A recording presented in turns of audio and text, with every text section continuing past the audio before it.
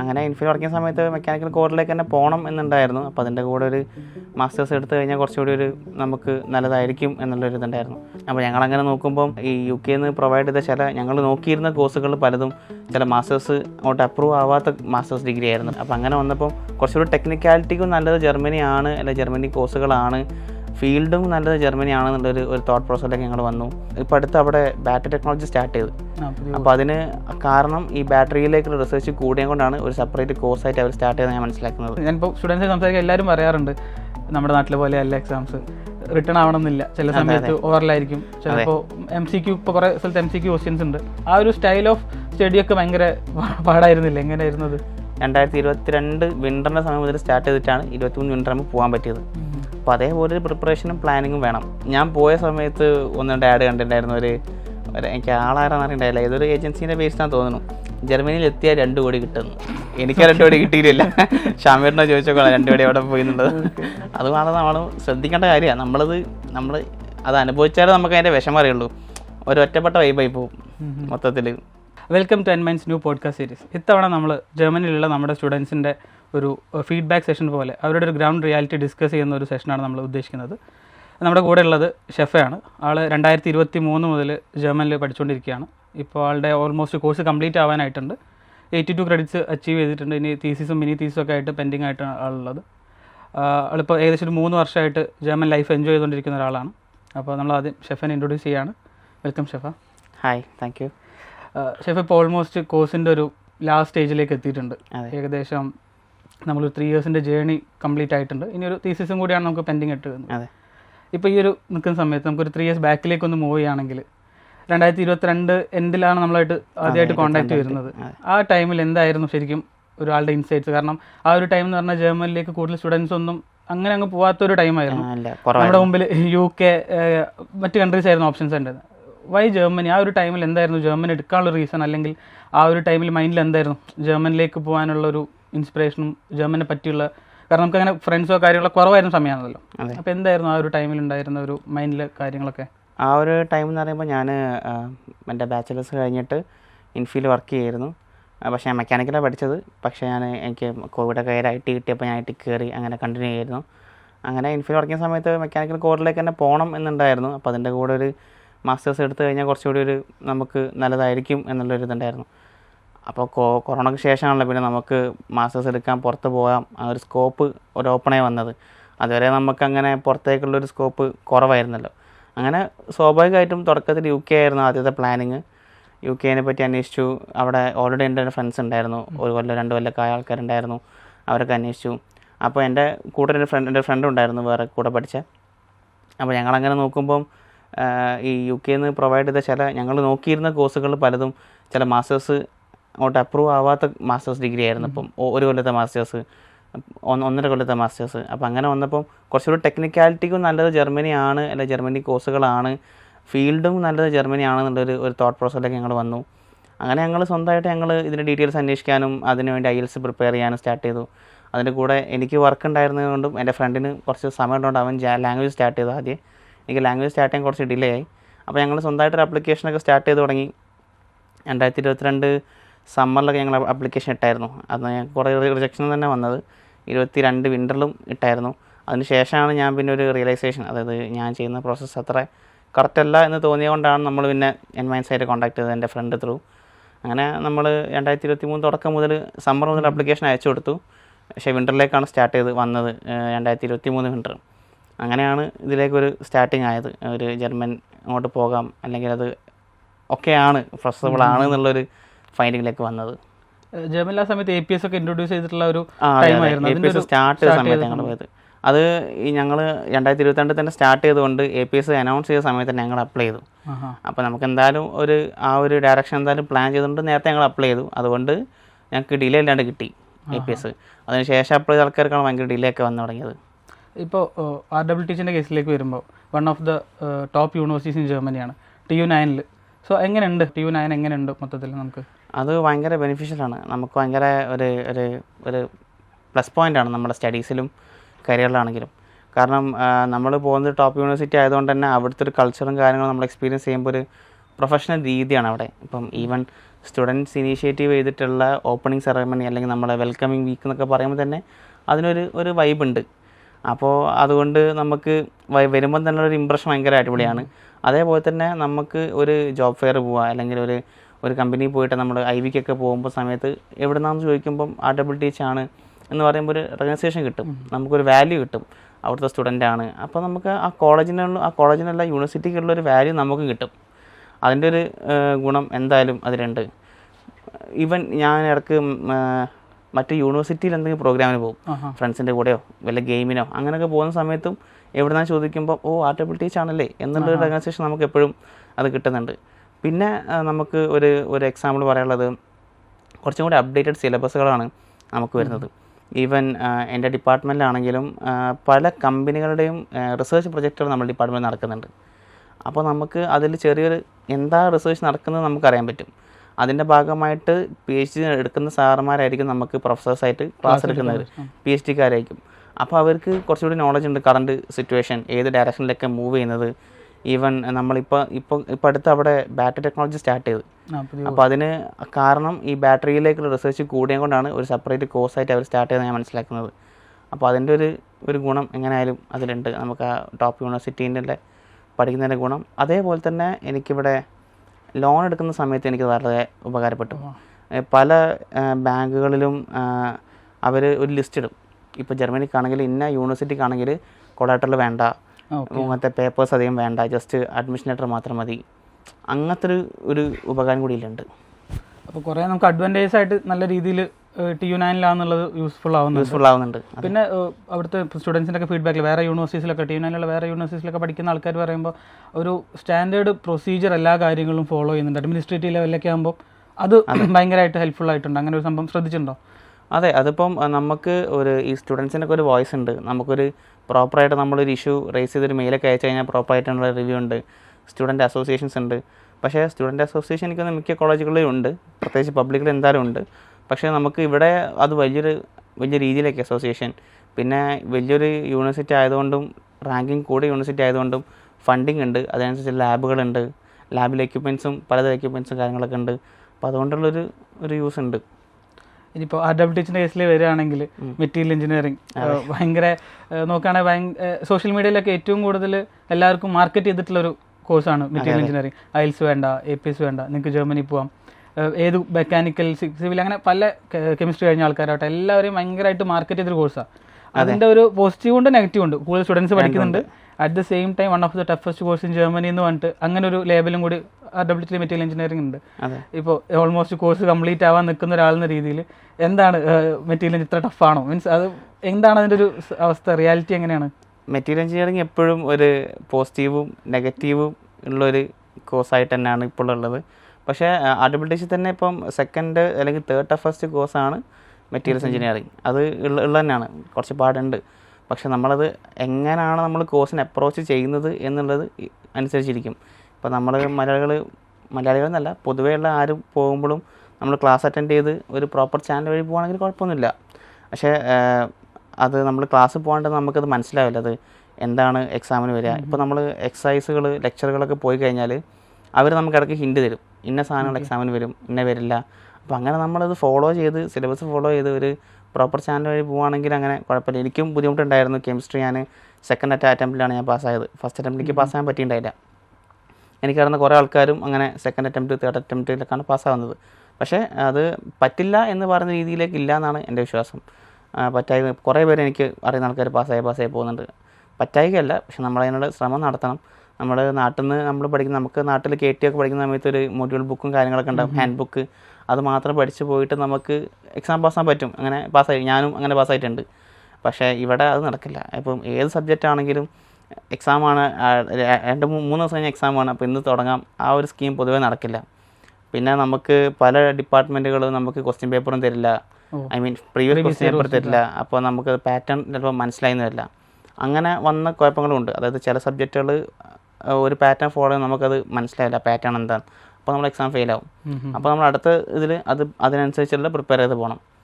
അപ്പോൾ ഈ എക്സാം റിവ്യൂവിന് പോകുന്ന പരിപാടിയുണ്ട്. എക്സാം കഴിഞ്ഞിട്ട് നമുക്ക് റിസൾട്ട് അനൗൺസ് ചെയ്തതിന് ശേഷം നമുക്ക് റിവ്യൂവിന് പോകാം. അപ്പോൾ ഈ റിവ്യൂവിന് പോകുമ്പോൾ നമ്മൾ പ്രോപ്പറായിട്ട് വായിക്കും. അതിൽ ചില ആൾക്കാർക്ക് ചില ഡിപ്പാർട്ട്മെൻറ്റുകൾ ഫോട്ടോ എടുക്കാൻ അനുവദിക്കും, പക്ഷെ അത് പുറത്ത് പോകാൻ പാടില്ല. പുറത്ത് പോയാൽ നമ്മളത് ഇൻവാലിഡ് ആവും. അപ്പോൾ അങ്ങനെ ഫോട്ടോ എടുത്ത് കഴിഞ്ഞാൽ നമുക്കത് നെക്സ്റ്റ് എക്സാമിന് അത് യൂസ്ഫുൾ ആവും. നമുക്കത് ഈ പാറ്റേൺ അനുസരിച്ച് നമുക്ക് സിലബസ് വെച്ച് പഠിക്കാൻ പറ്റും. ഈവൻ ഇപ്പോൾ നമ്മൾ കെമിസ്ട്രിയുടെ കാര്യം പറയുകയാണെങ്കിൽ കെമിസ്ട്രിയുടെ അവർ വളരെ ബേസിക് ആയിട്ട് ചോദിക്കും. പക്ഷേ നമുക്കത് നമ്മൾ വിചാരിക്കും നമ്മുടെ നാട്ടിൽ പഠിക്കുമ്പോൾ ഇമ്പോർട്ടൻറ്റ് കാര്യങ്ങൾ ഇത്ര ചോദിക്കും, ഇമ്പോർട്ടൻറ്റ് ഈ കാര്യങ്ങൾ എന്തായാലും ചോദിക്കും, അങ്ങനെയുള്ളൊരു ധാരണയാണ് നമുക്ക് നാട്ടിൽ നിന്നുള്ളത്. പക്ഷെ അവിടെ അങ്ങനെ ആയിരുന്നില്ല. അവിടെ നമ്മൾ സബ്ജക്റ്റ് അണ്ടർസ്റ്റാൻഡ് ചെയ്തോ അത് മനസ്സിലായോ ആ രീതിയിലാണ് ക്വസ്റ്റ്യൻസ് വരിക. അപ്പോൾ അതിന് ഈ ക്വസ്റ്റ്യൻസ് ഇടുന്ന ആൾക്കാരുടെ എക്സസൈസ് എടുക്കുന്ന ആൾക്കാരായിരിക്കും കൂടുതലും PhD സ്റ്റുഡൻസ് ആൾക്കാരായിരിക്കും. അപ്പോൾ അവരെ ക്ലാസ്സിനൊക്കെ പോകുകയാണെങ്കിൽ അവരൊരു ഐഡിയ നമുക്ക് മനസ്സിലാവും. അപ്പോൾ നമുക്ക് അങ്ങനെ എടുക്കാൻ പറ്റും. ഈ പറഞ്ഞ പോലെ തന്നെ ഭയങ്കര നെഗറ്റീവുകൾ ഉണ്ട് കോഴ്സിനെ പറ്റി, പക്ഷേ പോസിറ്റീവുകളും ഉണ്ട്. ആൾക്കാർ ചെയ്യുന്ന ഇഷ്ടംപോലെ ആൾക്കാർ ഇപ്പം 2 കൊല്ലം കൊണ്ട് ഫുൾ കോഴ്സ് പാസ്സായ ആൾക്കാരൊക്കെ ഉണ്ട്. 2 ഇയർ കൊണ്ട് എനിക്കറിയുന്ന ആൾക്കാരൊക്കെ ഉണ്ട്. 2 കൊല്ലം കൊണ്ട് ഫുൾ കോഴ്സ് കംപ്ലീറ്റ് ചെയ്തു ഒരു കമ്പനി ജോയിൻ ചെയ്ത ആൾക്കാരെ എനിക്കറിയാം. പക്ഷേ അത് ഭയങ്കര ടൈറ്റ് ഷെഡ്യൂളായിരിക്കും. 2 കൊല്ലം കൊണ്ട് തീർക്കാമെന്ന് പറയുമ്പം പാർട്ട് ടൈം ഒക്കെ ചെയ്യുമ്പോൾ ചിലപ്പോൾ ബുദ്ധിമുട്ടായെന്ന് തോന്നും. അങ്ങനെ ചെയ്യുന്ന ആൾക്കാരുണ്ട്. നമ്മൾ ഇപ്പം അതെ, നമ്മളെ പ്ലാനിങ് ഡിപ്പെൻഡ് ചെയ്യും. നമ്മളെ പ്ലാനിങ് മസ്റ്റാണ്. നമ്മളെങ്ങനെ പ്ലാൻ ചെയ്യുന്നു കോഴ്സ് തീരുമ്പോഴേക്ക് നമുക്ക് എന്തൊക്കെ സ്കില്ല് വേണം എന്നുള്ളത് നമ്മൾ നോക്കണം. ഈ കോഴ്സ് സ്ട്രക്ചറിൻ്റെ കേസിൽ വരുമ്പോൾ കുറേ സ്പെഷ്യലൈസേഷനുള്ള കോഴ്സാണല്ലോ. അപ്പോൾ ചിലർ പറയുന്നുണ്ട് സ്പെഷ്യലൈസേഷൻസ് 8-7 സ്പെഷ്യലൈസേഷൻസ് ഉണ്ട്, ഭയങ്കര ടഫാണ്. നേരത്തെ പറഞ്ഞ കാര്യം തന്നെ ഭയങ്കര ടഫാണ്, ഇത് കംപ്ലീറ്റ് ചെയ്യാൻ ഭയങ്കര ബുദ്ധിമുട്ടാണ്.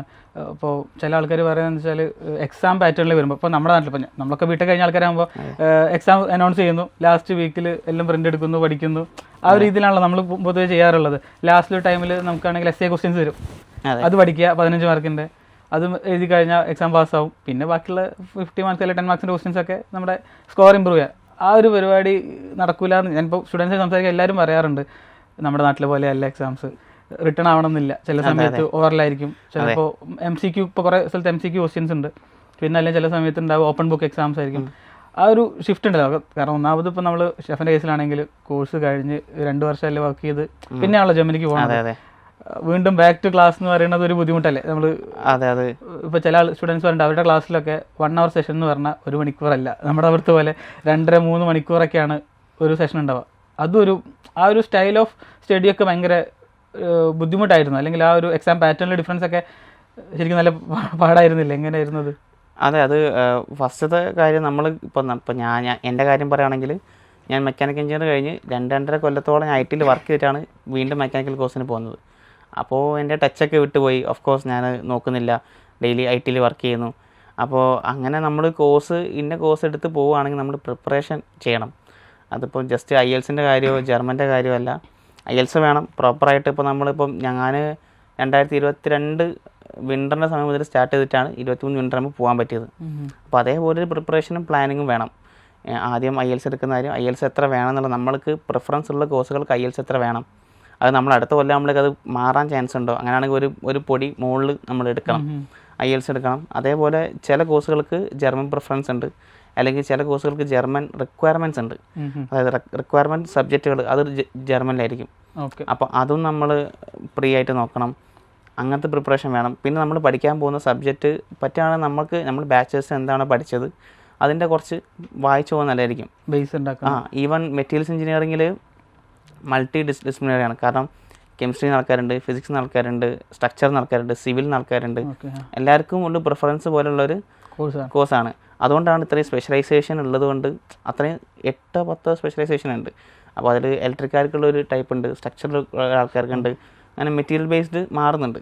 അപ്പോൾ അത് നമ്മളെ ഒരു ബാക്ക്ഗ്രൗണ്ട് ഏത് വരും, അപ്പോൾ നമുക്ക് ഏത് ചൂസ് ചെയ്യാൻ പറ്റും, ആ ഒരു ഐഡിയ ഉള്ള എപ്പോഴും നല്ലതായിരിക്കും. ആ ഐഡിയ വെച്ചിട്ട് നമുക്ക് ഒരു പ്ലാനിങ് പോലെ ക്രിയേറ്റ് ചെയ്തു അവിടെ പോയിട്ട് നമ്മൾ സ്പെഷ്യലൈസേഷൻ ചൂസ് ചെയ്യാൻ എളുപ്പമായിരിക്കും നമുക്ക്. ഇപ്പോൾ ഞാൻ കാസ്റ്റിംഗ് ആൻഡ് ഫോമിങ് എടുത്തത്, അത് എനിക്ക് മെക്കാനിക്കൽ ബാക്ക്ഗ്രൗണ്ട് ആയതുകൊണ്ടും അതാണ് കുറച്ചുകൂടി താല്പര്യം തോന്നിയതുകൊണ്ടും ഞാനതെടുത്തു. ഈ സ്പെഷ്യലൈസേഷൻ തന്നെ ടഫ്നെസ് നോക്കിയിട്ട് ആൾക്കാർ ചെയ്യുന്നുണ്ട്. അതൊന്നും നോക്കണം. നമ്മളെ കൊണ്ട് പറ്റില്ല എന്ന് തോന്നുകയാണെങ്കിൽ പിന്നെ നമ്മൾ ആ സ്പെഷ്യലൈസേഷൻ എടുത്തിട്ട് കാര്യമില്ല. സ്പെഷ്യലൈസേഷൻ എടുത്ത് 1-2 സബ്ജക്റ്റ് നമ്മൾ ചെയ്ത് കഴിഞ്ഞാൽ പിന്നെ മാറ്റാൻ പറ്റില്ല. ആദ്യം നമ്മൾ നമ്മൾ ക്ലാസ്സിന് പോയി നമുക്ക് ചെയ്യാൻ പറ്റുന്നില്ല, ആ സിറ്റുവേഷൻ നമുക്കത് മാറ്റാൻ ഓപ്ഷൻ ഉണ്ട്. നമ്മളെ അഡ്മിനിസ്ട്രേറ്റീവായിട്ട് കോൺടാക്ട് ചെയ്തിട്ട് സ്പെഷ്യലൈസേഷൻ മാറ്റാൻ ഓപ്ഷൻ ഉണ്ട്. അപ്പം നമ്മൾ ഒന്നെടുത്ത് കുടുങ്ങിക്കഴിഞ്ഞാൽ ചിലപ്പോൾ അത് കോഴ്സ് നമ്മൾ കണ്ടിന്യൂ ചെയ്യേണ്ടി വരും, അല്ലെങ്കിൽ ഡ്രോപ്പ് ചെയ്യേണ്ടി വരും. അപ്പോൾ ആ സിറ്റുവേഷനൊക്കെ നല്ലത് കുറച്ചൊരു പ്രീ പ്ലാനിങ് ചെയ്ത് കഴിഞ്ഞാൽ നമുക്കത് എളുപ്പമായിരിക്കും എങ്ങനെ എടുക്കണം എന്നുള്ളത്. അത് കഴിഞ്ഞിട്ടുള്ള എക്സാം സിറ്റുവേഷനിൽ വരുമ്പം എക്സാം എല്ലാം റിട്ടേൺ ആയിരിക്കില്ല. ചിലത് ഓറലായിരിക്കാം, ചിലത് പ്രസൻറ്റേഷൻ ആയിരിക്കാം. ഞങ്ങൾക്കൊരു ലാബിൻ്റെ ഫൈനൽ റിസൾട്ട് എന്നത് ഒരു പ്രസൻറ്റേഷൻ ആയിരുന്നു. അത് ലാബ് പ്രസൻറ്റേഷൻ വളരെ ഇമ്പോർട്ടൻ്റ് ആണ്. നമ്മൾ മിക്സ് ആയിരിക്കാം ആൾക്കാരൊക്കെ, അപ്പോൾ നമ്മൾ കോർഡിനേറ്റ് ചെയ്ത് ടീം വർക്കായിട്ട് അതൊക്കെ നമ്മൾ ശ്രദ്ധിക്കണം, ഒരു ടീമായിട്ട് ചെയ്യണം. അപ്പോൾ നമ്മുടെ നാട്ടിലിപ്പം പണ്ടൊക്കെ ഞാൻ ചെയ്തിരുന്നപ്പോൾ ആരെങ്കിലും ഒരാൾ ചെയ്തില്ലെങ്കിൽ നമ്മൾ കവർ ചെയ്തിട്ട് നമ്മൾ ഫിനിഷ് ചെയ്യും. അവൻ ചെയ്തില്ല എന്ന് പറഞ്ഞ് നമ്മൾ നിൽക്കില്ല. പക്ഷേ ഇവിടെ ഞങ്ങൾ ക്ലാസ്സിൽ അനുഭവം ഉണ്ടായത്, നമ്മളൊരു പ്രസൻറ്റേഷൻ, നമ്മുടെ ടീം പ്രസൻറ്റേഷൻ ചെയ്തു. അത് കഴിഞ്ഞ് ഞങ്ങൾക്കൊരു 40 മിനിറ്റോളം ക്വസ്റ്റ്യൻസ് ഉണ്ടായിരുന്നു പ്രൊഫസർ ഭാഗത്തുനിന്ന്. അപ്പോൾ നമുക്ക് കാര്യം മനസ്സിലായിട്ടാണോ ചെയ്യുന്നത് അറിയാൻ വേണ്ടിയിട്ടുള്ളൊരു ഒരു ഇവാലുവേഷൻ ഉണ്ടായിരുന്നു. വേറൊരു ടീമിൽ ഇഷ്യൂ ഉണ്ടായിരുന്നത്, ആ ടീമിലെ ഒരാൾ ഇനാക്റ്റീവ് ആയിരുന്നു. അപ്പോൾ അത് ഭയങ്കരമായിട്ട് അവർ പ്രസൻറ്റേഷൻ സമയത്ത് പറഞ്ഞു, ഇന്ന ആൾ ചെയ്തിട്ടില്ല. അങ്ങനെ അയാളുടെ പേര് നോട്ട് ചെയ്യും, അയാളെ തോൽപ്പിക്കുകയും ചെയ്തിട്ടുണ്ട്. അപ്പോൾ അതൊക്കെ സംഭവിക്കും. അപ്പോൾ അതിനൊക്കെ നമ്മൾ ആ ഒരു പ്രിപ്പറേഷൻ വേണം. ഈ പ്രസൻറ്റേഷൻ്റെ കേസ് പറഞ്ഞപ്പോൾ നമുക്ക് ഒരു മാനേജ്മെൻറ്റ് കോഴ്സ് പഠിക്കുന്ന സ്റ്റുഡൻറ്റ് പറഞ്ഞു വെച്ചാൽ ആളുടെ ഒരു സെമ്മിൽ 3 പേപ്പർ എങ്ങാനും പ്രസൻറ്റേഷൻ ആയിരുന്നു കംപ്ലീറ്റ്. അപ്പോൾ ആളുടെ ഒരു ഫണ്ണി എക്സ്പീരിയൻസ് പറഞ്ഞാണ്, ആൾ പ്രസൻറ്റേഷൻ്റെ സമയത്ത് ആളുടെ ഫസ്റ്റ് ടൈം പ്രസൻറ്റേഷൻ. അപ്പോൾ ബിടെക് പഠിക്കുകയാണെങ്കിൽ നമുക്ക് തോന്നുന്നു നമ്മൾ ആകെ ഒരു 4 ഇയേഴ്സിൽ നമ്മൾ ആകെ ഒരു പ്രോപ്പറായിട്ട് പ്രസൻറ്റേഷൻ ഫൈനൽ തീസിസ് സമയത്ത്. മാനേജ്മെൻറ്റ് ആണെങ്കിൽ അങ്ങനെ തന്നെ അവർ പറഞ്ഞു, ലാസ്റ്റിൽ ഒരു പ്രൊജക്റ്റ് മാത്രമേ ഉള്ളൂ. അവൻ അവിടെ പോയി ഫസ്റ്റ് സെമസ്റ്ററിൽ 2 പേപ്പർ 3 പേപ്പർ അങ്ങനെ പ്രസൻറ്റേഷനാണ്. ആദ്യത്തെ പ്രസൻറ്റേഷന് പോയി ആളുടെ കയ്യിൽ നിന്ന് സാധനം പോയി. ആളുടെ ഫസ്റ്റ് ടൈമാണ് ഇങ്ങനെ ഒരു വലിയൊരു ക്രൗഡിൻ്റെ മുമ്പിൽ പ്രസൻറ്റേഷൻ ചെയ്യണത്. ആളുടെ കയ്യിൽ നിന്ന് പോയി കഴിഞ്ഞപ്പോൾ ആൾക്കൊരു അഡ്വാൻറ്റേജ് കിട്ടിയത്, ജസ്റ്റ് ആളോട് ആ ഫാക്കൽറ്റി അവന് പറഞ്ഞു റിപ്പീറ്റ് ചെയ്തോളാൻ പറഞ്ഞു. പിന്നെ ആൾ പറഞ്ഞതെന്ന് വെച്ചാൽ ആൾക്ക് അങ്ങനെ റിപ്പീറ്റ് ചെയ്യാനുള്ള ഓപ്ഷൻ പ്രൊഫസർ കൊടുക്കാൻ കാരണം ഇവനോട് ഇവൻ പേഴ്സണലി മെയിൽ അയച്ചിട്ടാണ് ചോദിക്കുന്നത്, സാർ ഇങ്ങനെ ഫെയിൽ ആവുന്നതിന് പകരം ഒരു ചാൻസ് തരുമെന്ന് ചോദിച്ചപ്പോൾ ആൾ കൊടുത്തു. എന്നിട്ട് ആൾ പറഞ്ഞാൽ നിന്നെ ഞാൻ നോട്ട് ചെയ്തിട്ടുണ്ട്, അറ്റ്ലീസ്റ്റ് നീ ക്ലാസ്സിൽ വരാറുണ്ട്. അപ്പോൾ ശരിക്കും സാധാരണ എപ്പോഴും പറയുന്നത് ജർമ്മനിലാണെങ്കിൽ ക്ലാസ്സിൽ പോകണം മാൻഡേറ്ററി അല്ല. കാരണം ഇവിടുത്തെ പോലെ ആരും നമ്മുടെ അറ്റൻഡൻസ് ചെക്ക് ചെയ്യാൻ PTA മീറ്റിംഗ് ഇല്ല, അറ്റൻഡൻസ് ഇല്ല, ഒന്നുമില്ല. മാൻഡേറ്ററി വളരെ കുറച്ച് സബ്ജക്ട്സ് അങ്ങനെ മാൻഡേറ്ററി ഒക്കെ ഉണ്ടാവുള്ളൂ. അപ്പോൾ ആ ഒരു സംഭവം ഉണ്ടല്ലോ, ഇപ്പോൾ ഇവിടുന്ന് പോകുന്ന സ്റ്റുഡൻസിൻ്റെ മൈൻഡിൽ എന്ന് പറഞ്ഞാൽ നമുക്ക് ഒന്ന് പ്ലാനിങ്ങിൻ്റെ ഒരു പ്രശ്നം ഉണ്ടാവാറുണ്ട്. രണ്ടാമത്തെ കേസിൽ എപ്പോഴും പാർട്ട് ടൈം ജോബ് നോക്കാം, ക്ലാസ്സിൽ പോകണ്ട. അത് ശരിക്കും ഈ പ്രോസസ്സ് നോട്ട് ചെയ്യുക അല്ലെങ്കിൽ അങ്ങനെ സംഭവങ്ങളൊക്കെ എപ്പോഴേലും ഷെഫൊക്കെ ഉണ്ടായിട്ടുണ്ടോ അങ്ങനെ ഒരു, അല്ലെങ്കിൽ ടീമിൽ അങ്ങനെ ഒരു അനുഭവം? അങ്ങനെ എനിക്ക് ഉണ്ടായിട്ടുണ്ട്. അതായത് നമ്മൾ നോട്ട് ചെയ്തൊരു സിറ്റുവേഷൻ ഉണ്ടായിട്ടുണ്ട്. ഇപ്പം നമുക്ക് ക്ലാസ് പോകേണ്ടായിരിക്കും, ക്ലാസ് പോകേണ്ട അത്യാവശ്യമില്ല, നിങ്ങൾക്ക് വേണമെങ്കിൽ പോയാൽ മതി എന്നുള്ളൊരു ഇതിലാണ്, ഐഡിയോളജിയാണ് അവിടെ ഫോളോ ചെയ്യുന്നത്. എക്സെപ്റ്റ് ലാബിൽ നമുക്ക് പോകണം, ലാബിൽ നമുക്ക് മാൻഡേറ്ററി ആയിട്ട് പോകണം. ലാബിൽ പ്രസൻറ്റേഷൻ ഉണ്ടായിട്ടുണ്ട്. അപ്പം നമുക്ക് പ്രൊഫസറെ അറിയുന്നതിനെ കൊണ്ടൊക്കെ ഒരു ലാബ് നമുക്ക് മിസ്സാവാൻ പ്രശ്നമില്ല എന്നുണ്ട്. അപ്പോൾ എനിക്ക് ലാബ് മിസ്സായി അങ്ങനെ നാട്ടിൽ വന്ന സമയത്ത്. അപ്പോൾ പുള്ളി ചോദിച്ചെന്ന് പറഞ്ഞു എന്തേ വരാഞ്ഞെന്നുള്ളത്. എനിക്ക് പുള്ളി മെയിൽ അയച്ചായിരുന്നു. അപ്പോൾ ഞാൻ പറഞ്ഞു ഞാനിങ്ങനെ ടിക്കറ്റ് എടുത്ത് പോയി, അപ്പം ഓൾറെഡി ലീവുള്ള സമയമായിരുന്നു, പിന്നെ ലാബ് മാറ്റിയതായിരുന്നു. അപ്പോൾ പുള്ളി മെയിൽ അയച്ചപ്പോൾ ഞാൻ പറഞ്ഞു ഞാനിങ്ങനെ ലീവായിപ്പോയി. അപ്പോൾ പുള്ളിയുടെ കുഴപ്പമില്ല എന്നു പിന്നെ അത് കവറപ്പ് ചെയ്തു. അങ്ങനത്തെ സിറ്റുവേഷൻ എൻ്റെ ഫ്രണ്ട്സിനും ഉണ്ടായിട്ടുണ്ട്. എക്സാമിൻ്റെ ഇഷ്യൂസിന് കാരണം അവർ ഡയറക്റ്റ് പ്രൊഫസറെ കോൺടാക്ട് ചെയ്യുന്ന ഒരു പ്രിവിലേജ് കിട്ടിയിട്ടുണ്ട്.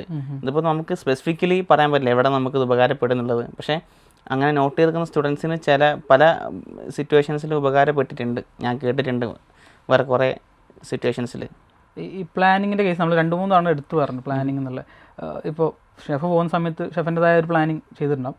ഇപ്പോൾ ഒരു 3 ഇയേഴ്സ് അവിടെ നിന്ന രീതിയിൽ മീൻസ് അവിടെ ഒരു സ്റ്റുഡൻ്റായി നിന്നപ്പം ഇപ്പോൾ തോന്നുന്നുണ്ടാവില്ല പ്ലാനിങ് എങ്ങനെയാണ് ഇമ്പോർട്ടൻ്റ്, അല്ലെങ്കിൽ എന്തൊക്കെ പ്ലാൻ ചെയ്യണം. ഇപ്പോൾ നേരത്തെ പറഞ്ഞാൽ പ്രോപ്പറായിട്ട് IELTS എടുക്കണം, അല്ലെങ്കിൽ GRE വേണം, ആ ഒരു സംഭവം ഉണ്ടല്ലോ. പെട്ടെന്ന് നിയറസ്റ്റ് ഇൻടേക്കിൽ കയറി പോവുക എന്നുള്ളൊരു പെർസ്പെക്റ്റീവ് അല്ലാതെ ഒരു പ്രോപ്പർ പ്ലാനിങ്ങിൻ്റെ ശരിക്കും മനസ്സിലാവുന്നുണ്ടാവില്ല. ഇപ്പോൾ നമ്മൾ വേറെ സ്റ്റുഡൻസിനെ കാണുമ്പോൾ അല്ലെങ്കിൽ ഓൾറെഡി വേറെ ഫ്രണ്ട്സിനെയൊക്കെ കാണുമ്പോൾ ചിലപ്പോൾ നമുക്ക് തന്നെ തോന്നാറില്ലേ ഒരു പ്രോപ്പർ ഒരു, ഇപ്പോൾ ഞാൻ എക്സാമ്പിൾ പറയുകയാണെങ്കിൽ ഇപ്പോൾ വാഴ 2 സിനിമയിൽ ഇപ്പോൾ നമുക്ക് എല്ലാവർക്കും കണക്ട് ചെയ്യാൻ പറ്റിയ സാധനമായിരിക്കും.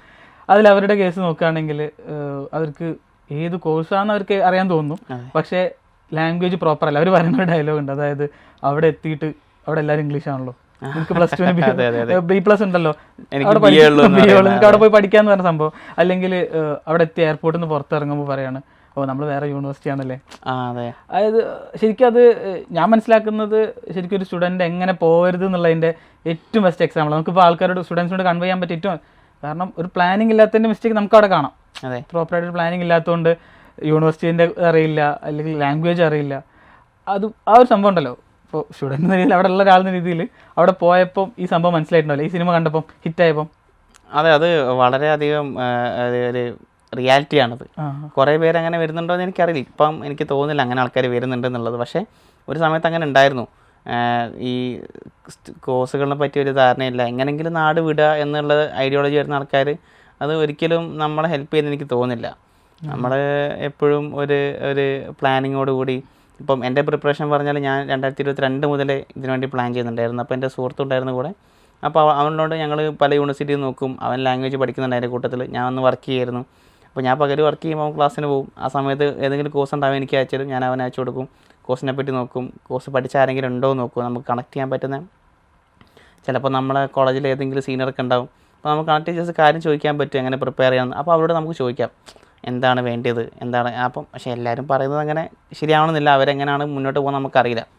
അപ്പോൾ ഈ വാഴ പറയുന്ന കാര്യം നമുക്ക് ലാംഗ്വേജ് അറിയാത്ത പ്രശ്നവും അതൊക്കെ പ്രോപ്പറായിട്ട് മുന്നേ കണ്ട് നമ്മൾ ഒന്ന് പ്രിപ്പയർ ചെയ്താൽ നല്ലതായിരിക്കും. ഇപ്പം ലാംഗ്വേജിൻ്റെ കാര്യം പറയുകയാണെങ്കിൽ ഇപ്പം B2 നാട്ടിൽ കംപ്ലീറ്റ് ചെയ്തിട്ട് ജർമ്മനിൽ വന്നിട്ട് എന്നെ സംസാരിക്കാൻ ബുദ്ധിമുട്ട് ആൾക്കാരെ ഞാൻ കണ്ടിരിക്കണം. ഇപ്പം എൻ്റെ കോഴ്സ് കംപ്ലീറ്റ്ലി ഇംഗ്ലീഷ് ആയതുകൊണ്ട് എനിക്ക് ലാംഗ്വേജ് റിക്വയർമെൻറ്റ് ഉണ്ടായിരുന്നില്ല. പക്ഷെ എന്നിട്ട് ഞാൻ ഒരു A1 എടുത്തു. സർട്ടിഫിക്കേഷൻ എടുത്തിട്ടാണ് ഇവിടുന്ന് പോയത്. പിന്നെ അവിടുന്ന് കണ്ടിന്യൂ ആണ് ചെയ്തത്. അപ്പോൾ ലാംഗ്വേജ് ഇമ്പോർട്ടൻ്റ് ആണ്. അതേപോലെ പ്രിപ്പറേഷനിൽ കോഴ്സുകൾ നമ്മൾ ഏത് കോഴ്സ് എടുക്കുന്നുള്ളത് ഇമ്പോർട്ടൻ്റ് ആണ്. അങ്ങനത്തെ കുറച്ച് കാര്യങ്ങളൊക്കെ വളരെ ഇമ്പോർട്ടൻ്റ് ആണ്. ഇപ്പം അതേപോലെ തന്നെ നമ്മൾ എന്ത് പഠിക്കുന്നു അതേപോലെ തന്നെ നമ്മൾ പാർട്ട് ടൈം ജോബ് സെലക്ഷനും ശ്രദ്ധിക്കണം. നമുക്ക് ക്ലാസ്സിനൊക്കെ പോകാൻ പറ്റുന്ന രീതിയിലായിരിക്കണം പാർട്ട് ടൈം ജോബ് എടുക്കുന്നത്. നമുക്ക് എങ്ങനെ കിട്ടും പാർട്ട് ടൈം ജോബ് കിട്ടുന്നതും നമ്മൾ തേടി പിടിക്കുന്നതാണ്. അപ്പോൾ അതിനനുസരിച്ചുള്ള ടൈമിംഗ് അറേഞ്ച്മെൻറ്റ് കാര്യങ്ങൾ കിട്ടുന്നുള്ള ഉറപ്പ് വരുത്തണം. അങ്ങനത്തെ ഒരു പ്രിപ്പറേഷൻ വേണം. പാർട്ട് ടൈമിൻ്റെ കേസ് പറഞ്ഞപ്പോൾ എല്ലാ സ്റ്റുഡൻസും ഏറ്റവും കൂടുതൽ ചോദിക്കുന്ന ക്വസ്റ്റ്യൻ പാർട്ട് ടൈം അവൈലബിൾ ആണോ, പാർട്ട് ടൈം കിട്ടുന്നുണ്ടോ, അല്ലെങ്കിൽ എന്ത് ടൈപ്പ് ഓഫ് ജോബ്സ് ആണ്. അങ്ങനെ ഒരു എപ്പോഴും സ്റ്റുഡൻസിൻ്റെ കൺസേണിൽ വരുന്നത്, അല്ലെങ്കിൽ പാരൻസിൻ്റെ കൺസേൺ ലോണൊക്കെ എടുത്ത് പോകുന്ന സ്റ്റുഡൻസ് ആണെങ്കിൽ എപ്പോഴും ആ ഒരു സംഭവം ഉണ്ട്. പാർട്ട് ടൈം ജോബിൻ്റെ എങ്ങനെയാണ് ഷെഫ് വർക്ക് ചെയ്യുന്നുണ്ട്, ഇപ്പോൾ 3 ഇയേഴ്സ് ആയിട്ട് അവിടെ വർക്ക് ചെയ്യുന്നുണ്ട്. പാർട്ട് ടൈം ജോബിൻ്റെ ഇപ്പോഴത്തെ ഒരു റിയാലിറ്റി നോക്കുകയാണെങ്കിൽ ലാംഗ്വേജ് ഒരു വലിയ ഫാക്ടറാണ്. നമുക്ക് എല്ലാവർക്കും അറിയാം ലാംഗ്വേജ്. അപ്പോൾ എന്താണ് പാർട്ട് ടൈം ജോബ് ചെയ്യുന്ന സമയത്ത്, അല്ലെങ്കിൽ ഇപ്പോൾ ഇവിടുന്ന് പറയുമ്പോൾ നമ്മൾ പറയും 80 hours വർക്ക് ചെയ്യാം. 80 hours എന്ന് പറഞ്ഞാൽ ഇപ്പോൾ കാൽക്കുലേഷൻ ചെയ്യില്ലാരും. 80 hours × 14 euro ഏറ്റവും മിനിമം വേജ് 1000 എബോ വരും. 1 lakh സേവ് ചെയ്യാം. അങ്ങനെ പോകുന്ന ആൾക്കാർ നമുക്ക് തന്നെ അറിയാം. ചില സ്റ്റുഡൻസ് ലോൺ എടുക്കാൻ പറയുമ്പോൾ വെച്ചാൽ നമ്മളോട് പറയും ചേട്ടാ 80 മണിക്കൂർ വർക്ക് ചെയ്യാമല്ലോ, അപ്പോൾ ഇത്ര കിട്ടുമല്ലോ. അങ്ങനെ പോകുന്നത് റിയാലിറ്റി എന്താണ് ശരിക്കും? ഇത്ര എമൗണ്ട് ഈവൻ നമ്മൾ പല കാണാറുണ്ടല്ലോ ആഡുകളൊക്കെ ഇത്ര എമൗണ്ട് എന്നൊക്കെ ഇതിലൊക്കെ. എന്താണ് അതിൻ്റെ ഒരു? ഞാൻ പോയ സമയത്ത് 1-2 ആഡ് കണ്ടിട്ടുണ്ടായിരുന്നു. എനിക്ക് ആളാരാന്ന് അറിയണ്ടായില്ല. ഏതൊരു ഏജൻസീൻ്റെ ബേസ്ഡാന്ന് തോന്നുന്നു. ജർമ്മനിയിൽ എത്തിയാൽ 2 കോടി കിട്ടുന്നു. എനിക്ക് 2 കോടി കിട്ടിയിട്ടില്ല. ഷാമീറിനെ ചോദിച്ചോളാം 2 കോടി എവിടെ പോയി എന്നുള്ളത്. അപ്പം അതൊരു റിയാലിറ്റി എനിക്ക് തോന്നുന്നില്ല. അത് പലതരം കോഴ്സുകളിലായിരിക്കാം. ഇപ്പോൾ ഹൗസ് ബിൽഡിങ്ങിനാണ് അവർ പറയുന്നത്. പക്ഷേ അങ്ങനെ ഒരു പേയ്മെൻറ്റാണ്. നമുക്ക് പാർട്ട് ടൈമിൻ്റെ കാര്യം വരികയാണെങ്കിൽ പാർട്ട് ടൈം നമുക്ക് 80 മണിക്കൂറാണ് സർക്കാർ അവിടെ അനുവദിക്കുന്നത്, ഗവൺമെൻറ് അപ്രൂവ്ഡ്. പക്ഷേ 80 കിട്ടാനൊക്കെ കുറച്ച് നമ്മൾ നല്ലോണം മെനക്കെടണം. നല്ല കോഴ്സുകൾ ചിലപ്പോൾ സബ്ജക്റ്റൊക്കെ നമ്മൾ ഒന്ന് സ്ലോ ആക്കി ഒരു 80 എടുത്ത് അങ്ങനെയൊക്കെ 80 എത്തിക്കാൻ പറ്റുള്ളൂ. നോർമലായിട്ട് അവിടെ നമുക്ക് വിത്ത് കോഴ്സ് അല്ലെങ്കിൽ വിത്ത് സബ്ജക്റ്റ് പോകുമ്പം 60 to 70 നോർമലായിട്ട് കിട്ടാറ്. പിന്നെ ഈ പറയുന്ന പേയ്മെൻറ്റിൻ്റെ കാര്യം, ഇപ്പം ചില ടെക്നിക്കൽ ജോബ് കിട്ടുകയാണെങ്കിൽ നമുക്ക് ബേസിനെയും കാട്ടി കൂടുതൽ കിട്ടും, 14 കാട്ടി കൂടുതൽ കിട്ടും. അല്ലാത്ത ബേസ് ആണെങ്കിൽ ഇപ്പോൾ 80 മണിക്കൂറൊക്കെ ആകുമ്പോഴാണ് ഈ പറയുന്ന എമൗണ്ടൊക്കെ നമുക്ക് വരുള്ളൂ. അപ്പോൾ പാർട്ട് ടൈം ജോബ് നമ്മൾ എടുക്കുന്ന സെലക്ഷനും ശ്രദ്ധിക്കണം.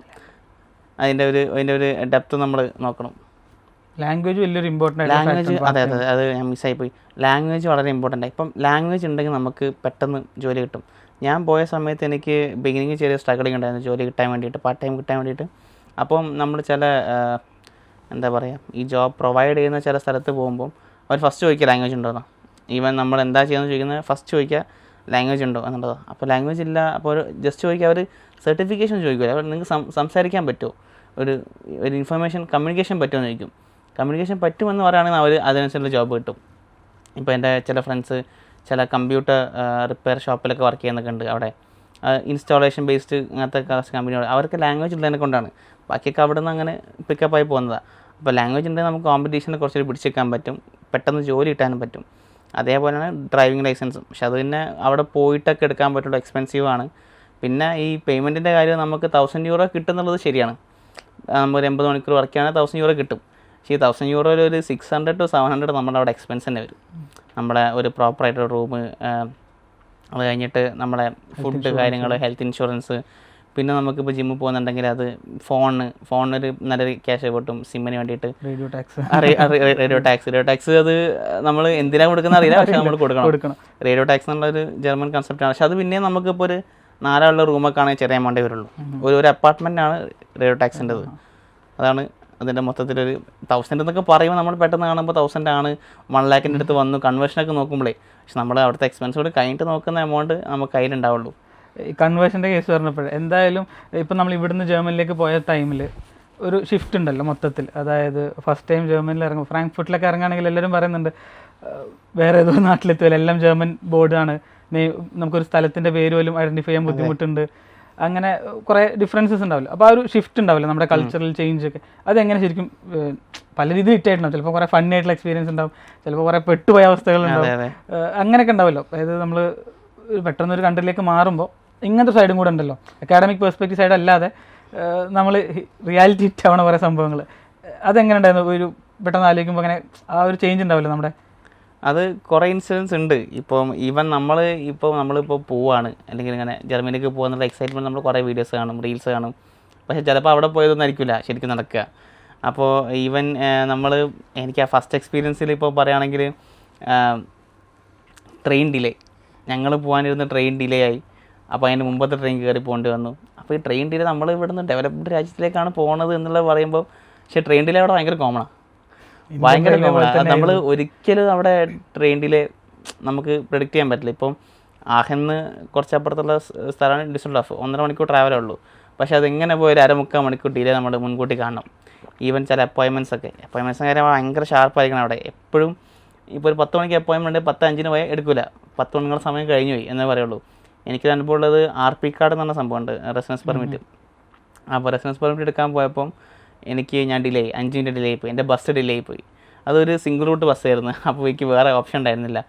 പോയി പറഞ്ഞപ്പോൾ അവർ പറഞ്ഞു നിങ്ങളുടെ സ്ലോട്ട് കഴിഞ്ഞ്. പിന്നെ ഞാൻ ബുക്ക് ചെയ്യാൻ നോക്കിയപ്പോൾ 3 മാസം കഴിഞ്ഞ അപ്പോയിൻമെൻ്റ് ഉള്ളൂ. അത് അപ്പോൾ എനിക്ക് ട്രാവൽ ഉണ്ടായിരുന്നു, സ്വിറ്റ്സർലാൻഡ് പോകാണ്ടായിരുന്നു. അപ്പോൾ അതുകൊണ്ട് ഇത് കിട്ടിയാലും എനിക്ക് പോകാനും പറ്റുള്ളൂ, എൻ്റെ വിസ അതിൻ്റെ മുമ്പ് തീർന്നു പോകും. അങ്ങനെ കഷ്ടപ്പെട്ടാണ് പിന്നെ മറ്റേ ക്യാൻസലേഷൻ അപ്പോയിൻമെൻറ്റ്സ് തപ്പിയെടുത്തിട്ടാണ് ഒരു അപ്പോയിൻമെൻറ്റ് കിട്ടിയത്. അപ്പോൾ അങ്ങനത്തെ ഒരു റിയലൈസേഷൻ ഇഷ്യൂ ഉണ്ട്. പിന്നെ ഒരു ഫണ്ണ് നടന്നതെന്ന് വെച്ചാൽ, ഞാൻ ജർമ്മനി പോയി 1 വീക്കിനുള്ളിൽ എൻ്റെ ഫ്രണ്ടിൻ്റെ അടുത്തേക്ക് പോകേണ്ട ആവശ്യമുണ്ടായിരുന്നു. 1 വീക്ക് ആയിട്ടില്ല, 4 ദിവസം 5 ദിവസം മുമ്പ്. അപ്പോൾ ഞാൻ ആപ്പിൽ നോക്കിയിട്ട് ട്രെയിൻ കണ്ടു, ട്രെയിനിൽ കയറി കുറച്ച് കഴിഞ്ഞപ്പോൾ ഞാൻ ആപ്പിൽ കാണുന്ന സ്റ്റേഷനല്ല ട്രെയിൻ കാണിക്കുന്നത്. അപ്പോൾ ഒരു സംശയം വന്നു. അപ്പോൾ കുറച്ച് കഴിഞ്ഞപ്പോൾ ട്രെയിൻ ലാസ്റ്റ് സ്റ്റോപ്പായി എന്ന് പറഞ്ഞ്. ലാസ്റ്റ് സ്റ്റോപ്പായപ്പോൾ എൻ്റെ ഫോണിൽ ഇനിയും 3-4 സ്റ്റോപ്പ് ഇനിയും ഉണ്ട്. പക്ഷേ സ്റ്റോപ്പിൻ്റെ പേരും വേറെയാണ്. ട്രെയിൻ മാറിയല്ല, സെയിം ട്രെയിൻ ആയിരുന്നു. പക്ഷേ ട്രെയിൻ ഇടയ്ക്ക് വെച്ച് പകുതിക്ക് മുറിഞ്ഞു, അപ്പോൾ സ്പ്ലിറ്റായി. അപ്പോൾ TTR കണ്ടു. അപ്പോൾ പുള്ളി പറഞ്ഞ് ട്രെയിനിൽ തന്നെ ഇരുന്നാൽ മതി. പുള്ളിക്ക് ഇംഗ്ലീഷ് അറിഞ്ഞുകൊണ്ടേ കഴിച്ചില്ലേ, അല്ലെങ്കിൽ ചിലപ്പം പെട്ടുപോയനെ, എൻ്റെ അത്ര പോയ പാടല്ലേ. അപ്പോൾ പുള്ളി പറഞ്ഞ് സെയിം ട്രെയിൻ ഇരുന്നാൽ മതി, ഇത് റിവേഴ്സ് പോകും, വേറെ സ്റ്റേഷനിൽ പോയി നിർത്തിയിട്ട് അവിടുന്ന് പിന്നെയും ജോയിൻ ചെയ്യും, അപ്പം പുറത്തിറങ്ങിയിട്ട് ഫ്രണ്ട് പോയി കയറിയാൽ മതി. അപ്പോൾ ഇതൊന്നും നമുക്ക് അറിയില്ല, നമ്മൾ പ്രിപ്പയർ ചെയ്ത് പോയി എന്നൊക്കെ പറഞ്ഞിട്ട് നമുക്കത് അറിയില്ല. അവിടെ എത്തിക്കഴിഞ്ഞിട്ട് അങ്ങനെ സംഭവിക്കുന്നതാണ്. അതേപോലെ കുറേ ഇഷ്യൂസ് നമുക്ക് ഓരോ റിയലൈസേഷൻ ഉണ്ട്. ഈവൻ നമ്മളൊരാളോട് പെരുമാറുന്ന രീതിയൊക്കെ നമ്മൾ ഭയങ്കര കാഷ്വലാണ് ഇവിടെ. ഈവൻ അത് ഒഫീഷ്യലാണെങ്കിൽ നമ്മൾ കുറച്ച് കാഷ്വലാണ്, പക്ഷെ അവിടെ അത് പറ്റില്ല. ഇപ്പോൾ എനിക്ക് നിന്നെ മര്യാദയ്ക്ക് അറിയില്ല എന്നുണ്ടെങ്കിൽ, അതായത് നിനക്ക് എന്നെ ഇപ്പം ഒരു സുഹൃത്തായിട്ടല്ല, ജസ്റ്റ് ഒഫീഷ്യലി കണക്ഷൻ ഉണ്ടെങ്കിൽ നിന്നെ ഫസ്റ്റ് നെയിം വിളിക്കാൻ പറ്റില്ല, സർനെയിം യൂസ് ചെയ്യാൻ പറ്റുള്ളൂ. ഈവൻ മെയിലിൽ പോലും അതവർ എടുത്ത് പറയും. അതേപോലെ ഇപ്പോൾ ഞാൻ ഒരു ഓഫീസിൽ കയറി ചെല്ലാണ്, അപ്പം ഈവൻ ഞാൻ താമസിക്കുന്ന ബിൽഡിങ്ങിൻ്റെ ഓഫീസാണെങ്കിലും പെട്ടെന്ന് പോയി എനിക്ക് കാര്യം പറയാം, ഇപ്പം അങ്ങോട്ട് വരൂ, അല്ലെങ്കിൽ ഒരു ഇഷ്യൂ ഉണ്ട് എന്ന് പറയുന്നതിന് മുമ്പ് പുള്ളി എന്നോട് അങ്ങനെ അനുഭവം ഉണ്ടായി. ഞാൻ പുള്ളിയെ പോയി സംസാരിച്ച പുള്ളി പറഞ്ഞ് ആദ്യം ഹായ് പറയണം, ഹലോ പറയണം, അതിനുശേഷം വിഷ് ചെയ്യണം, ഗുഡ് ആഫ്റ്റർനൂണോ ഗുഡ് ഈവനിങ് എന്താ വിഷ് ചെയ്യണം, അല്ലെങ്കിൽ ഗുഡ് ഡേ അത് വിഷ് ചെയ്യണം, എന്നിട്ട് ഒരു കാര്യം പറയാണ്ട് പറഞ്ഞോട്ടെ. അങ്ങനെ ഒരു പ്രോപ്പറായിട്ടുള്ള അത് ഈവൻ ഏത് കാര്യത്തിലാണെങ്കിലും, ഈവൻ ചെറിയ പ്രിപ്പയർ കാര്യത്തിനാണെങ്കിലും അവരത് ഫോളോ ചെയ്യും, അവരത് വാല്യൂ ചെയ്യും. നമ്മളതൊക്കെ പ്രിപ്പയർ ചെയ്യണം. നമ്മൾ ഇവിടുത്തെ അതേ രീതിയിൽ ചെയ്താൽ അവർക്ക് ഇഷ്ടാവില്ല. അതേപോലെ തന്നെ ഇഷ്യൂ ആണ് നമ്മളെ കുക്കിങ്ങിനുണ്ടാകുന്നൊരു ഇഷ്യൂ. നമ്മളെ കുക്കിങ്ങിൻ്റെ സ്മെല്ല് നമുക്കറിയില്ല. ഇവിടെ നിൽക്കുമ്പോൾ നമ്മൾ തീരെ ശ്രദ്ധിക്കില്ല, പക്ഷെ അവിടെ പോയി കഴിഞ്ഞാൽ നമ്മളെ മേത്തുള്ള മസാല മണം അവർ കൃത്യമായിട്ട് തിരിച്ചറിയും, അവർ ഇന്നിച്ച് പോവുകയും ചെയ്യും. ഒരു ഫണ്ണിയാണ് അനുഭവം എന്താ വെച്ചാൽ, ഞാൻ പോയ സമയത്ത് ഒരു 3 മാസം ആ ഒരു സമയത്ത് ഞാൻ ഫ്രണ്ട്സിൻ്റെ അടുത്തേക്ക് പോയിരുന്നു. ഒരു വെള്ളിയാഴ്ച ആയതുകൊണ്ട് എനിക്ക് ബിസി ആയിരുന്നു, ഞാൻ പള്ളിയിൽ പോയി വന്ന്. അപ്പോൾ ട്രെയിൻ മിസ്സാവുന്നതുകൊണ്ട് ഞാൻ ഫുഡ് പാക്ക് ചെയ്ത് കണ്ടെയ്നർ എടുത്ത് ഞാൻ ട്രെയിനിൽ കയറിയിരുന്നു. അപ്പോൾ ട്രെയിൻ സ്റ്റാർട്ട് ചെയ്തിട്ടില്ല, 10 ട്രെയിൻ സ്റ്റാർട്ട് ചെയ്യുന്നത്. അപ്പോൾ ഞാൻ ആ ഗ്യാപ്പിൽ ഞാൻ ഭക്ഷണം കഴിക്കാന്നുണ്ട് പാത്രം തുറന്നപ്പം ഈ നമ്മളെ ഫുഡാണല്ലോ, ഈ മണം കാരണം എനിക്ക് ആ മണം അടിച്ചപ്പോൾ എനിക്ക് മനസ്സിലായി നല്ല മണമുണ്ട്, നല്ല ഉള്ളീൻ്റെ ഗാർലിക്കിൻ്റെ മസാലിൻ്റെ മണമുണ്ട്. ആ ബോഗിയിൽ മിക്ക ആൾക്കാർ എണ്ണിച്ചു പോയി. മിക്ക ആൾക്കാർ എനിക്ക് അങ്ങനെ നോക്കിയപ്പോൾ ഇതാണ് എൻ്റെ മണം അടിച്ചിട്ട് പോയതാണ്. അപ്പം ഞാൻ വേഗം പൂട്ടി വെച്ചിട്ട് ജസ്റ്റ് എൻ്റെ അടുത്തുള്ള സ്പ്രേ അടിച്ച് എൻ്റെ ചുറ്റും കടിച്ചിട്ടു. അപ്പോൾ അതുമാണ് നമ്മൾ ശ്രദ്ധിക്കേണ്ട കാര്യമാണ്. നമ്മൾ അത് അനുഭവിച്ചാലേ നമുക്ക് അതിൻ്റെ വിഷമം അറിയുള്ളൂ. ഒരു ഒറ്റപ്പെട്ട വൈബായി പോകും മൊത്തത്തിൽ. ചില സ്റ്റുഡൻസ് നമ്മൾ സംസാരിക്കും പറയാറുണ്ട് അവരുടെ തന്നെ ഡെയിലി ലൈഫിൽ വലിയൊരു ഇൻഫ്ലുവൻസ് യൂറോപ്പിലെത്തിയതിൻ്റെ ഭാഗമായിട്ടുണ്ടായിട്ടുണ്ട്. അങ്ങനെ ഷിഫ്റ്റ് വന്നിട്ടുണ്ടോ ലൈഫിൽ? അതുണ്ട്. അത് നമുക്ക് അവിടെ പോയി കഴിഞ്ഞാൽ നമ്മൾ പയ്യെ മാറും. കാരണം എൻ്റെ കൂടുതൽ ചില ഫ്രണ്ട്സ് ഉണ്ട്, അവർ എന്നോട് പറയും ഒച്ചുണ്ടാക്കല്ലേ. അത് നമ്മൾ നമ്മളിങ്ങനെ ഒരുമിച്ചിരിക്കുമ്പോൾ വർത്താൻ പറയുമ്പോൾ കുറച്ച് ഒച്ച കൂടിയൊക്കെ പോകും. ഇപ്പോൾ ട്രാവൽ ചെയ്യുന്ന കേസിലാണെങ്കിലും നമ്മൾ ട്രെയിൻ കയറുന്ന കാര്യത്തിലാണെങ്കിൽ നമ്മളെ നാട്ടിൽ നിന്ന് അവർ ഇടിച്ച് കയറാനൊന്നും പറ്റില്ല. പ്രോപ്പറായിട്ട് 2 സൈഡിൽ നിൽക്കണം. സെൻട്രൽ ആൾക്കാർക്ക് പോകാനുള്ള ഗ്യാപ്പ് വേണം. അത് നിന്നില്ലെങ്കിൽ ആൾക്കാർ നമ്മളോട് പറയും സാറ്റർഡേ ലീവായിരിക്കാം, മൺഡേ ലീവായിരിക്കാം. ഇപ്പോൾ ഈസ്റ്ററൊക്കെ വരുമ്പോൾ കണ്ടിന്യൂസ് ലീവ് വരും. അപ്പോൾ 3-4 ദിവസം കണ്ടിന്യൂസ്ലി ലീവായി പോകും. ആ സിറ്റുവേഷനിൽ നമുക്കൊരു അഡ്വാൻറ്റേജ്, ഇപ്പോൾ ആഹാനുള്ള ആൾക്കാർക്ക് അഡ്വാൻറ്റേജ് എന്താ വെച്ചാൽ ഒരിക്കലും നമ്മൾ അവിടെ എത്തിക്കഴിഞ്ഞാൽ പാരൻസിൻ്റെ സഹായം ഉണ്ടാവില്ല. അവിടെ എത്തിക്കഴിഞ്ഞാൽ ഒരു 50-60-80% നമ്മൾ ഇൻഡിവിജ്വലാണ്. അപ്പോൾ കുട്ടിക്കൊരു ഫുൾ ബോധം ഉണ്ടെന്നുണ്ടെങ്കിൽ അല്ലെങ്കിൽ ഫുൾ കാര്യം അറിയാമെന്നുണ്ടെങ്കിൽ ഈ വിഷയം വരുന്നില്ല.